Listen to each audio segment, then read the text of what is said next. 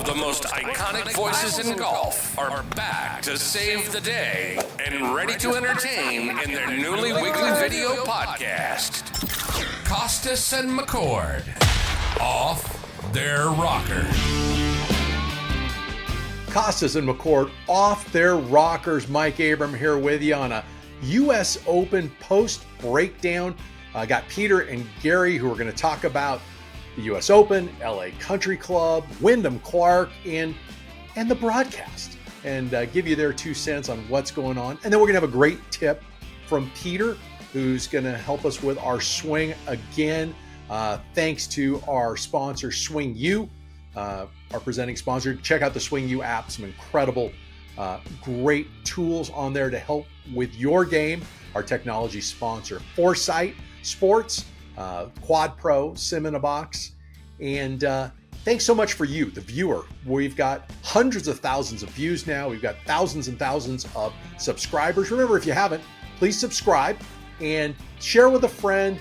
Give us your comments. We're talking to everybody out there who's given us their comments, and hit the notification bell to not miss an episode. So let's get going. Peter, how did you think LA Country Club North did this weekend? And give me your initial thoughts about the U.S. Open. You know, I don't know that it played as hard as I thought it was going to play initially. Doing the Riviera tournament each year, Gary and I and Ian Baker Finch got a chance to play there after all of the alterations made by Gil Hanse. And I thought it was a ball buster, but it didn't turn out to be that way, partially because of the weather. But I thought it was an intriguing event. I really did. And it certainly created a lot of controversy. I thought the telecast was lacking a little bit, but that's another subject. And I thought Wyndham Clark did a terrific job in winning his first major, holding it together and getting it to the finish line. Gary, what say you? It was interesting to watch that thing come to fruition, being that LA North would host an event like that. I remember in the old days, and I grew up in Southern Cal, and we used to go over there and play. We played some matches over there, and I played there a lot. And that place was revered in LA, and no one really knew about it. Those gates would not let anybody in there. And I remember some guys talking about the fact that in the old days, why don't you have an Open and a PGA or something? And the membership wanted none of that. They didn't want anybody through those gates to see their hollow ground there. And I don't know whether it was for tax reasons or what happened there, because as you know, they started spewing about how much per acre that was worth there. So I don't know the property taxes or anything, but everybody got a good look at LA North. They got a good look at the movie stars' homes around there. And by the way, there's no movie stars that were ever allowed into LA North. That was one of in their constitution. They would have no entertainers. Randall Scott was the only guy to get in that LA North membership. He proved to the membership. He showed him 3 movies, I guess, in the meeting with the membership, and how bad of an actor he was, and that was his pretense to get in. And he lived above the 4th hole, and that was the house right next to. It was originally Sonny and Cher's, and now it's Lionel Richie's. Anyway, all those homes around there look like that. And I just, to watch this, and you look at it, and you could see it for the first time. And it was come a long way since back in the 60s when literally no one would go through those gates. But Peter, I thought it looked great on television. It's totally different look after Gil Hanse got a hold of it. I believe it was in 2010. You and I played it a couple of times, but it was, I love what he did with the bunkering and the fescue grass around there. It made it look wild, cut corners in the bunkers. Before we used to play, it was perfect. It was just all the grass was maintained. The branca was there, but you really didn't recognize it. It wasn't as obtrusive as it is now. We're running around. It's right next to the greens. So to me, it changed the way the golf course looked on television dramatically, but that's from a guy that played it 100 years ago. Through the years, I thought it looked great. Peter, architecture. There's a couple of holes there where the balls funnel in the same area. You can't do much about it. I think that's a little goofy. I think that if they got one, they do have one again, don't they? If they get an open there, Yeah, 16 years. Well, they got one in years. When is it? Yeah, 16 years from now. 16. Okay, 16 years from now. So I'll guarantee you, like on number 3, where every ball ends up over that in the left gutter over there. And I think that kind of gets old. With you hit a tee shot, you hit a good one, and now it's 90% chance you're going to get to a pin cut right against the big bunker. So I think a couple of those things will change, but the whole aristocracy of the whole thing. It just, I thought it put the Open on a pretty high level, and that's just from me growing up in Southern Cal and watching that golf course get exposed to the public. I thought it was great. I thought, Gary, that I had a kind of a epiphany during this tournament in the sense that the sixth hole used to be really, I thought, a classic short hole where you could lay up and you still had a difficult little pitch shot to a very narrow green depth-wise, and you could go over the tree and over the hill and still try to get it on the green from the tee and whatever. But what's changed is the launch monitor and the amount of time that these players are spending dialing in their wedges. I thought the layup became almost matter of fact with no wind and not really firm, hard conditions. These guys are able to dial in the yardages now, plus or minus a couple yards. And so I didn't see any catastrophes from people who elected to lay up. Now, maybe they happened and TV didn't show it, but I thought that hole kind of got neutered a little bit because of launch monitors and rangefinders that players have been using to help them dial in their wedge distances. I thought that was really striking. Yeah, it is was, especially when you don't, use the U.S. Opens, it's bouncy. And if you can't control the first bounce is chaos, then you got to figure out another way to do it. But with the marine layer and everything there, it kind of set down. And Peter, talking about the sixth hole, I remember the original design, that hole, I used to play that hole, and it was, where the guys lay up? The green kept going. It was backing right somewhere. I remember playing it there, and then they put that green over there one year up on that hill over there, and I thought it was kind of goofy. But I really enjoyed watching these guys on the tee, and I was trying to figure out who's going to lay up and who wasn't. And I missed just about every time, other than Rory and a couple of guys hit it really high. And but I thought it was an interesting play. I like it. Again, I think we can get to that thing that's kind of hovering over everybody now in the USGA is the distance the ball goes. All these holes are wedges for these guys again. It's amazing. That golf course, 7,400 yards, and it was always big. And these guys they're playing the first hole from back by the entrance of the clubhouse, which was the old putting green, and you hit it over the rose bushes there. That was the putting green where they're teeing off from, and it's 570, 80 or something like that. And Rory's hitting 7-iron in there. What do you have, wedges into 8 holes or something like that? That I thought was blatant with the distance these guys are hitting it and how that golf course was reduced to basically drive it and then pitch it. You kind of feel like the firmness of the fairways. That golf course did not play 7,400 yards. It played maybe 7,000 yards because of the firmness of the fairways. And with the width that they gave them, players were still able to get 30, 40, 50, 60 yards a roll and keep it in the fairway, as opposed to having it find its way into the rough, which was supposed to be the objective, I guess. But the width of the fairways combined with the firmness of the fairways, it didn't play anywhere near 7,400 yards. Why do you think they why do you think they widened the fairways for the U.S. Open? Why do you think they went out of their curriculum there? I think that when they come back, if they come back in 16 years, I think you're going to see a different fairway cut. I really do. Especially on a couple of holes, because Why do you think they did it this year?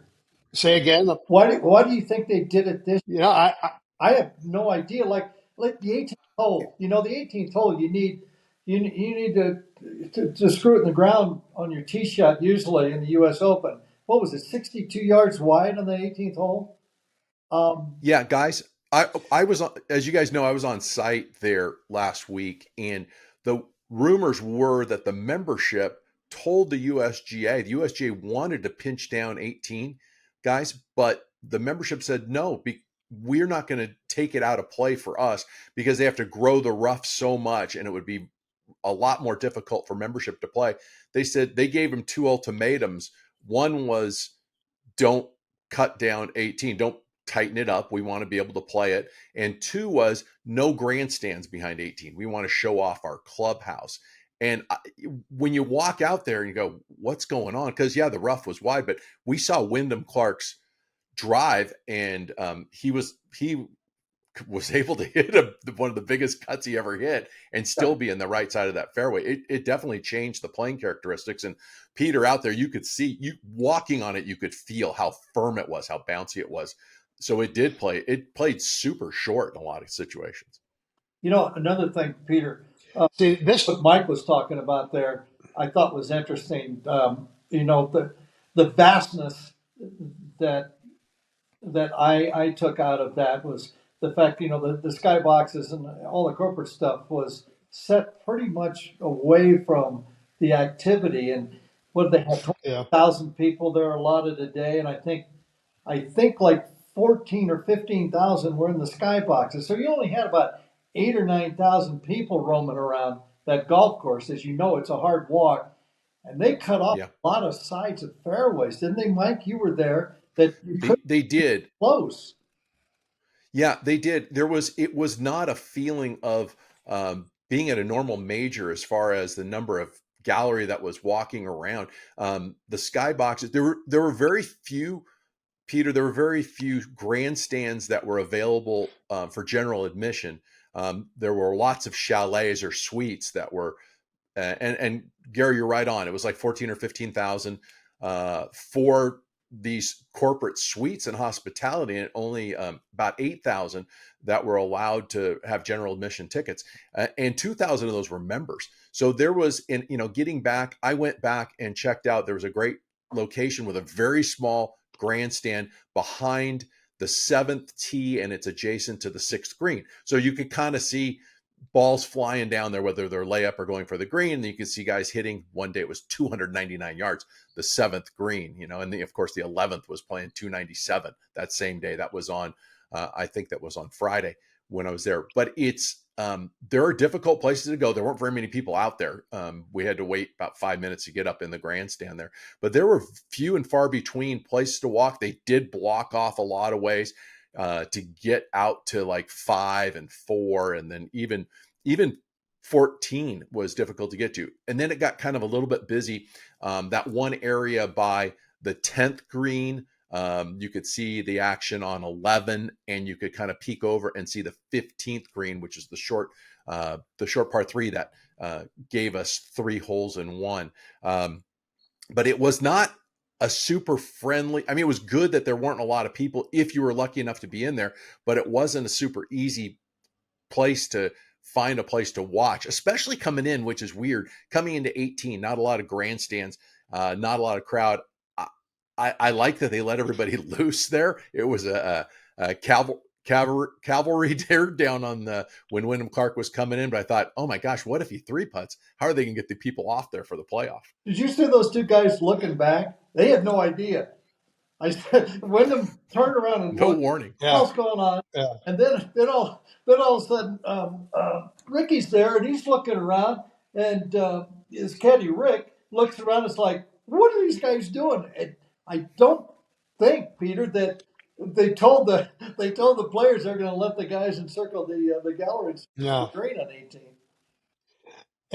And I mean, God forbid he three putts that. They got to go back and play that hole again in the playoff. But this goes back, Gary, to my assertion that I made years ago, and I got ripped for it. But I'll do it again, and Do it I'll again. probably get ripped again. Yep. But I think the USGA needs to stop bastardizing all of these old golf courses in the name of saving par, making par relevant, whatever. And I think they need to go ahead and buy some land on the West Coast, buy some land maybe in the Pinehurst area, and maybe some south of Chicago, whatever. Buy and set up 3 USGA facilities with 72 holes each, uh, access to the public, and design your own damn golf course for juniors, for women, for seniors, for the PGA Tour competition, the U.S. Opens, rotate amongst those 3, design the golf course to give them the examination that you want to have, instead of putting, like at number 6 at Pebble, instead of putting that fairway bunker 40 yards in the rough because you want to move things over toward the ocean, and bastardize all these old great golf courses. Time moves on, right? Just build your own facilities, have your own examination, put hotels there, build your infrastructure, let people be able to make a trek to one of the 3, whatever they want, experience the golf courses that the U.S. Opens played on, the U.S. Women's Opens played on, whatever. But it's time to stop bastardizing the old golf courses for the sake of trying to maintain them. They just don't work anymore. And rolling the ball back 10% is not going to change that. It really isn't, because players are getting bigger, stronger, faster. And in 20 years, if they roll it back tomorrow, in 20 years, they'll be hitting it just as far as they are today. Yeah, it sounds like they're going to have to. That's my rant. From that rant, it sounds like they're going to have to go to bed with Liv to get all that money to build all these facilities. Fine, go ahead. Okay. It's there. Let's do it. That's another deal. I thought another thing, Peter, that was interesting. We were talking about the last couple of holes, and the whole time, the telecast, and and I'm not on Twitter or anything, but I was hearing the vibe that it was so laid back. There weren't screams and yells and the wild applause and everything else. Yeah. This event, and you could see there's only 8 or 9,000 people out there walking around, and everybody else is secured in skyboxes. That's not a whole lot of people there. At the end, somehow the sound got all screwed up, and I couldn't hear the announcers, which could be good or bad, whatever side you're on. And I thought, oh my God, these guys are getting pretty smart. They got the sound guy in there mixing, and he's bringing up the background noise and the applause way above the level that it is, but it drowned out the other. So they had to make a decision. Do we just not let our announcers be heard? Like, it's hard to hear them anyway, but they literally drowned them out. And I just wonder if the mix from the trucks, if they ordered that or not, because of all of the bad press they were getting for LA and for the US Open being very laid back, as LA has a tendency to do. It would be interesting. I doubt it. I think it was a mistake in the trucks, but I think it would have been a very good ploy. What do you think, to just jack that one right toggle switch up a little bit, like the airplane coming in? Well, I mean, the audio mix was off all week long, all 4 days, for me on my television. And the ambient noise was way up higher, and the announcers, I couldn't hardly hear them. So I think that was either a mistake that they made for 4 straight days, or that was their game plan, one or the other. But it was rough to deal with, especially on Sunday afternoon. Yeah, and I think that maybe that was a ploy, or to try to give the viewer the impression that there was more excitement there. I want to ask you to, with all your years working, CBS Golf Channel, USA Network, Peter, Paul Azinger and a lot of the crew got skewered in social media and online. And I know that's a difficult situation, but it did seem, I don't know if you guys had the same impression. It seemed like Paul, you go out on a limb and you make a call, and yeah, sometimes you're right, sometimes you're wrong. But it seems like Paul rolled the dice a lot of times and was incorrect coming down the stretch, especially on the back nine with Wyndham Clark. Well, I guess it was started on number 9 when you said, the ball was, there's no way that ball's coming back down, and it rolled down to 6 feet. He made a great par there to keep everything going. But what was your impression? How difficult is it for you guys when you were out there calling the action and making a guess, but how much time goes into your preparation and getting out there and seeing what potentially the course will give and what the guys can get away with as far as in certain situations, certain lies, certain positions to get up and down?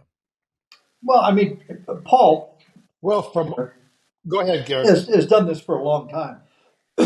And he was out there on the golf course looking at it, and you try to look at, you don't know where they're going to put the pins, especially on a format like this where they never used a golf course before. So, you're guessing where they're going to, this is in practice when you're out there walking around and trying to get the idea of the golf course, talking to the players. You're looking at this sand, some sand allows you to spin the ball, some sand doesn't. Then you look at runoffs from bunkers in the greens, all that stuff. So he's got all that information. And he screwed it up there. But the good thing, and I'm just going to give you our broadcast team when Peter and I were there. If you made a mistake on the air, the other guys would jump on you immediately. You kind of made fun of it, and it didn't sit. Yeah. Paul's deal sat there. No one did anything. It was a mistake, and then he compounded again. Whatever. That's fine. You make mistakes. But the idea, excuse me, I'm joking. The idea is to have a broadcast team that can identify that, make light of it, make light of your announcer, but don't let something sit there, like a festering boil, and everybody looks at it. You gotta have fun with it. I know it's, I know it's a major, I know it's the Open, but like Zinger. Yeah. What the hell are you looking at there? He just hit it 10 feet. You said. I will say this. I'll say this, Gary. Had you made that comment on 9 on a CBS telecast, it would have taken somewhere between 5 and 7 seconds for somebody, whoever, to say, Gary, really? Nice call. Yeah. And you would make light of it and you would pass it off and it would be gone. But and in defense of the announcers, yeah, there's a lot of hours of airtime. And whether you like it or not, and this was always a complaint I had at CBS, when by the time you roll around to Sunday afternoon and the climax of the tournament, you want your energy up high. You want enthusiasm in your voice. You want to make it exciting, and you're worn out. You're absolutely worn out from meetings, from 4 days of cable coverage and network coverage and the hours on the air. And Zinger sounded tired to me. And I understand that because I've been there and done that. So have you, Gary. It's difficult, especially on a Sunday afternoon, to get your energy level up. And that's what I thought they were missing a lot of that on Sunday afternoon. Yeah. And again, we can get into the complexities of putting a team together, but a team comes together, an announce team comes together with a bunch of individuals that have different, the role players, and each guy's got a role, and one of those guys in your announce team has got to be the energy guy. It's got to be the guy that keeps a high level of energy throughout the telecast, through commercials. Commercials in this business are big for the broadcast team because you go off air, and now if everybody just sits back and doesn't say anything, you come back on the air with that, a dull feeling. So you got to have an energy guy to just take those situations and jack up the other guys. And And that just comes with putting a good team together. Not to say they're not a good team or CBS isn't, but you've got to know who to plug in and what they do and what they're good at. And everybody does their role. And if they do, you're going to have a good broadcast. Whether something like that happens to Zinger and it sits there, blatantly sits there, and then lets you, the audience, make the judgment on him. And the judgment's going to be 99% against Zinger because, it was a miscall and he compounded it. So Yeah. got to have somebody making fun of it and going, yeah, you're an idiot now. Okay, I am. Yeah, I could have never hit that shot. Why? Well, my bunker shots, I was playing from a closed club face and it rolled out all the time. Blah, blah, blah. You just, whatever. But you get incite the right. Yeah. Yeah. And I think. Last thing on the Open. Go ahead, Peter. Last thing on the Open, and I want to give props to Wyndham Clark for holding it together.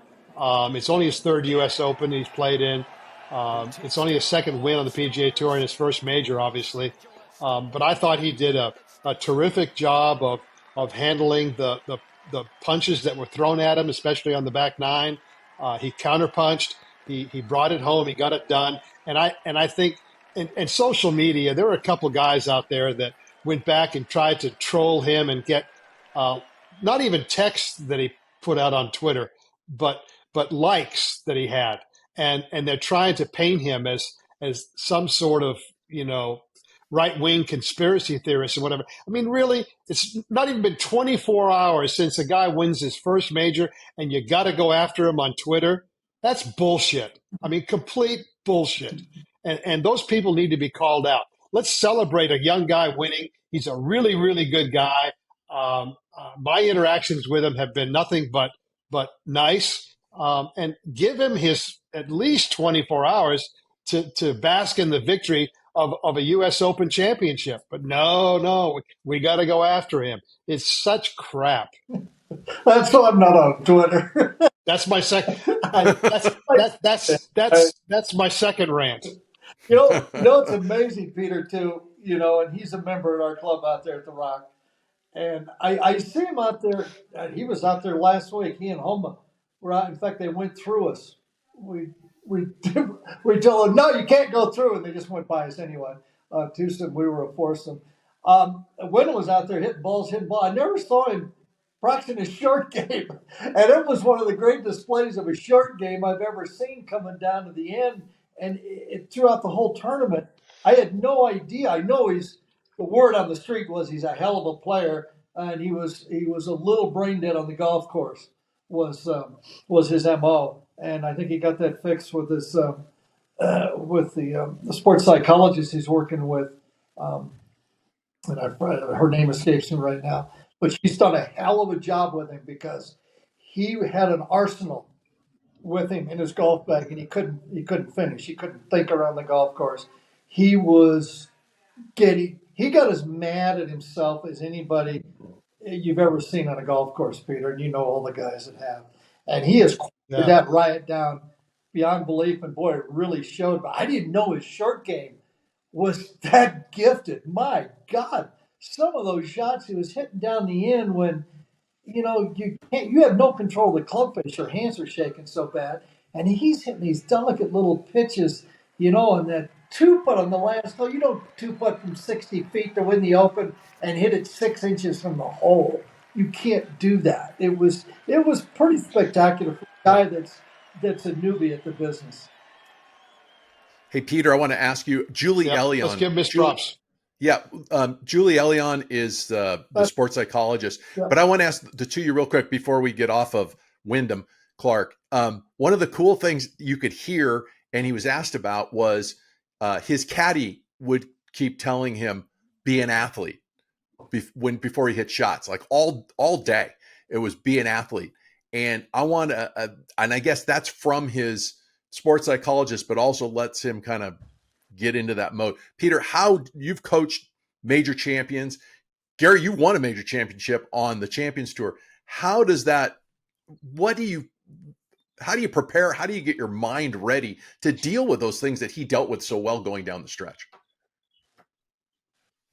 Well, it's conditioning, and generally speaking, when you work with a sports psychologist or you're trying to modify your mental game on the golf course, you've got triggers, and there's lots of different triggers that can be used. I used to work with a guy named Don Green, and if you got angry, he made you put if you were like Max Homa and you had a newborn child, he'd make you put a picture of the newborn child inside of your yardage book, so that when you got angry, you flip it open and you look at it, it would trigger the right response. Saying you're an athlete, I think, is probably a trigger to get him to not really worry about what's going on, just be an athlete and hit shots. And that was the way that they handled that. The preparation comes prior, whether it's weeks, months, years. You adapt to how to best go about you playing a tournament, and then as it ramps up and the pressure gets more and more with the more prestige a tournament has to it, you go back to the basics of what got you there, and you keep doing it. And a guy like Wyndham is a very athletic player. He doesn't have a coach. He trains in an interesting way. If he's hooking it too much one time, he'll go out in the range and slice it till he can't hook it anymore. And if he's slicing it, he goes to the range and he'll sit there and hook it till he doesn't slice it anymore. So he just finds a neutral position and then lets his athletic ability take over. And that's what their mantra was back and forth: just be athletic. There's the ball, see the ball, hit the ball, go get it, and do what you've been doing.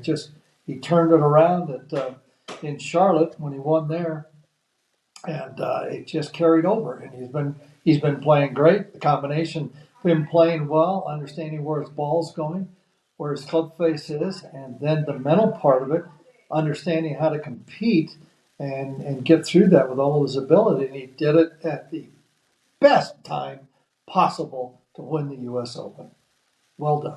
Yeah, congrats to Wyndham Clark. An interesting U.S. Open, to say the least. Peter and Gary, thanks for being with us. When we come back, Kostis and McCord off their rockers. We're going to have a great tip from Peter, and we're going to talk about where we're going in the next few episodes. It's going to be a lot of fun. Don't go away. We'll be right back on Off Their Rockers.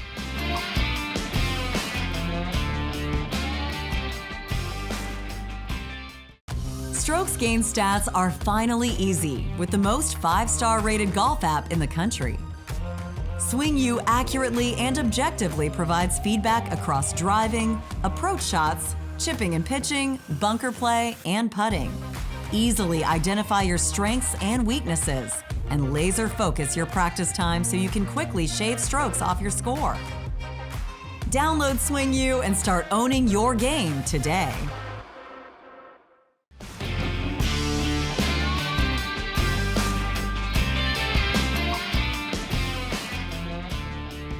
If I had one drill that I was limited to for the rest of my teaching career, it would be probably this one: throwing clubs.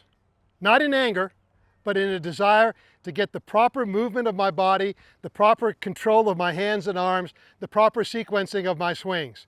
Now, rather than me taking my clubs and throwing them, although I do have some old ones at the golf course that we take back, come down, release, and throw down the fairway. Most people, when they do this, be careful. It's really a dangerous drill, so you want to get out in an open field somewhere. When they try to release it down the fairway, they're holding the club so tightly that it ends up going back over here someplace. So that's no good. This will help you with your grip pressure as well. So I've got these training clubs here, and I'm going to show you what it's like. I make a good full backswing. I come down. I have to start with my lower body, I have to clear, I have to stay back with my upper body and have to release my arms down the line.